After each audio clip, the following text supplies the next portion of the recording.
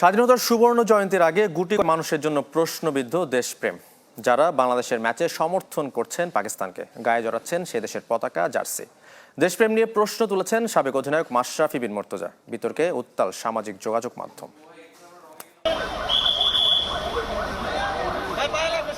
বাংলাদেশের জন্য দুয়োধ্বনি, পাকিস্তানের জন্য হাততালি। সমর্থকরা এই খেলার প্রাণ, আর মাঠে বসে নিজ দেশের প্রতি গলা ফাটাবেন, উল্লাসে মাতবেন দুদলের সমর্থক গোষ্ঠী।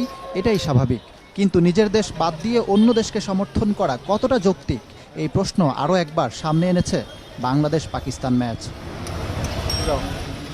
সিরিজের প্রথম টি-20তে মিরপুরে অনেক বাংলাদেশিকেই দেখা গেছে পাকিস্তানকে সমর্থন জোগাতে। মাহমুদুল্লাহ মোস্তাফিজদের রেখে গলা ফাটিয়েছেন বাবর রিজওয়ানদের জন্য, উড়িয়েছেন ভিনদেশি পতাকাও। যে দৃশ্য দেখে হৃদয়ে রক্তক্ষরণ হয়েছে বহু মানুষের, যাদের একজন সাবেক অধিনায়ক মাশরাফি বিন মুর্তজা। তারা বাংলাদেশ সম্পর্কে জানে না, বাংলাদেশের ইতিহাস সম্পর্কে জানে না, বাংলাদেশের পতাকা সম্পর্কে জানে না। না জানার কারণে তারা যে এরকম যে নির্লজ্জের মতো কাজ করছে, এটা আসলে খুবই দুঃখজনক ঘটনা। তাদেরকে বলবো দেশের সাথে থাকা দরকার, এতটুকু বলতে পারবো। কেন নিজ দেশকে বাদ দিয়ে ভিন দেশকে সমর্থন, তাও হোম গ্রাউন্ডে? নেপথ্যে কি শুধুই মাহমুদুল্লাহদের বাজে পারফরমেন্স, নাকি অন্য কিছু? বিতর্কে উত্তাল সামাজিক যোগাযোগ মাধ্যম। বিগ সার্কেল, সবাই পাকিস্তানি, তো সেই হিসাবে আমার পাকিস্তানের প্রতি একটা ভালোবাসা আছে, সবকিছু মিলাই আর কি। ইতিহাস আর এই খেলার মাঝখানে যদি রাজনীতি ঢুকান তাহলে তো হবে না। সেটা আমার ব্যক্তিগত ব্যাপার, আমি যেই টিমকে সাপোর্ট করি, যাই করি, ঠিক আছে।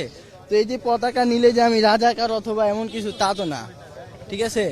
তো মনে করেন আমি দেশপ্রেমের জন্য আসছি বাংলাদেশকে সাপোর্ট করতে, আর আমি দর্শক হিসাবে আসছি পাকিস্তানকে সাপোর্ট করতে। মিরপুরে পাকিস্তানের পতাকা ও জার্সি বিক্রির ধুম পড়েছে। দোকানীদের অভিযোগ, সে তুলনায় উপেক্ষিত লাল সবুজ। মোটামুটি পাকিস্তানের পতাকাও কম বেশি নিচ্ছে পাকিস্তানি সাপোর্টার যারা।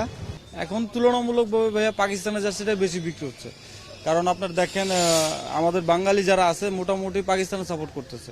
হুট করে জানি না, এইবারই এই প্রথম দেখলাম এরকম, এর আগে কখনো দেখা হয় না এরকম। তবে সামাজিক যোগাযোগ মাধ্যমে ব্যাপক সমালোচনায় অনেকের মধ্যেই দেখা গেছে সচেতনতা। ইকরাম হোসাইন, চ্যানেল 24, ঢাকা।